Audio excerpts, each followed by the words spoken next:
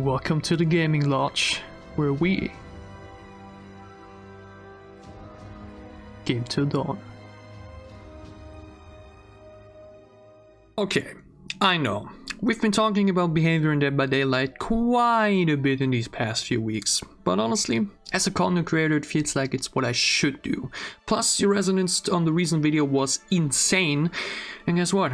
Behavior did something good that subsequently is another slap to the face of the player base. And I'll explain you why. Now, for those that haven't seen any recent videos or simply been living under a rock, Behavior dropped the Walking Dead chapter, complete disaster. Game-breaking bugs, massive technical issues, bad balancing decisions agreed to be the worst chapter drop in years. Instead of just kill switching the problematic perks, they doubled down and created a huge community uproar by dismissing our concerns and saying it's fine, just to finally kill switch and fix the perks after the community was too loud to dismiss. They dropped an apology that felt more like damage control than anything else, and it really showed some kind of ego and lack of trust in the community.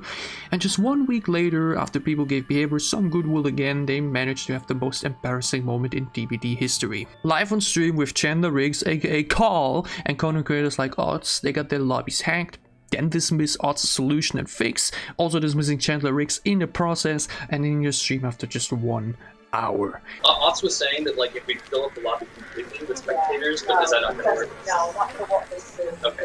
Yet another sign of ego and lack of trust into your community, content creators, and guests. And guess what? We got another apology post 1 day after. Yay! Again, at this point one could say it's great that they are apologizing, but it feels more like they did it because it's the bare minimum. Because unless things change going forward, those words mean nothing. Okay, for all the catching up, let's look at what Behavior did soon after, aka yesterday. They dropped somewhat of a shadow update, aka something not announced on the official Twitter account. And that is a new feature. Joining anyone's lobby now requires the manual approval of the lobby host. In other words, you cannot just randomly join any lobby, friend or random person. Which, if you think about it, is a direct response to what happened on the livestream. Remember, the way the hackers infiltrated the lobbies was via the spectator slots. They joined the lobby so fast that the host can barely even see it, and then isn't shown in the lobby list either to stay basically hidden. Technically, this new update should prevent that from being a possibility. I'm saying technically because you never know if hackers can still bypass it somehow, but one would think that this would prevent potential infiltration attempts. And I mean, hell yeah, this is great. But why did it take you a public embarrassment to do it? Seriously, like I said in my previous video, the likes of Odds and Hens have reported about these hackers and the way of lobby infiltration for months. They told you this months ago. Why did it take you experiencing those things firsthand to actually do something? Why do you not trust what your community and content creators are experiencing? The title of this video says another because we've had something like this happen many years ago when I talked about it in the recent video as well. During a stream, DBD game director Mathieu Cote played as hack against a random Korean Swift in the regular queue.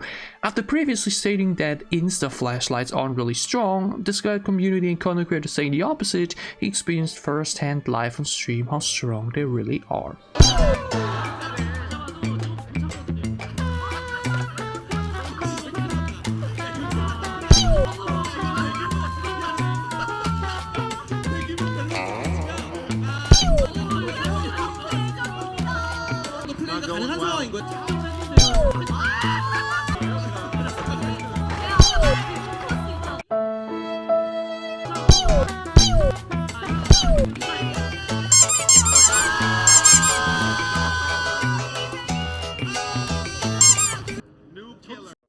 And guess what? Shortly after this, flashlights got, you guessed it, nerfed. It took the game director getting publicly embarrassed in a now infamous video to actually go ahead and listen to the player base and change what needed to be.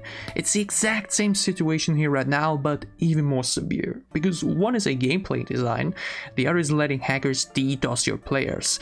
And that has apparently been happening for like half a decade. I just don't understand why they are so ignorant towards such things and need to experience it for the whole world to see to actually do something. The worst aspect about this new lobby feature is that they had it ready to go, like instantly. Again, Otz, Hens, and who knows who told them about this months ago.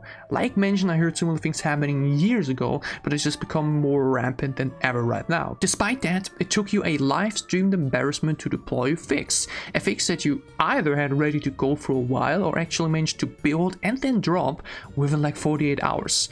You know how ignorant and dismissive this makes you look as a studio? Why do you let your community suffer for so long and don't fix something so easy as soon as they report said issues to you? I just don't get it. Like, seriously, it just makes no sense in any single way. It feels like such a massive slap to the face of those that suffered for so long, as if their negative experiences don't matter. That is how you lose players, or at least have them get sour on your game.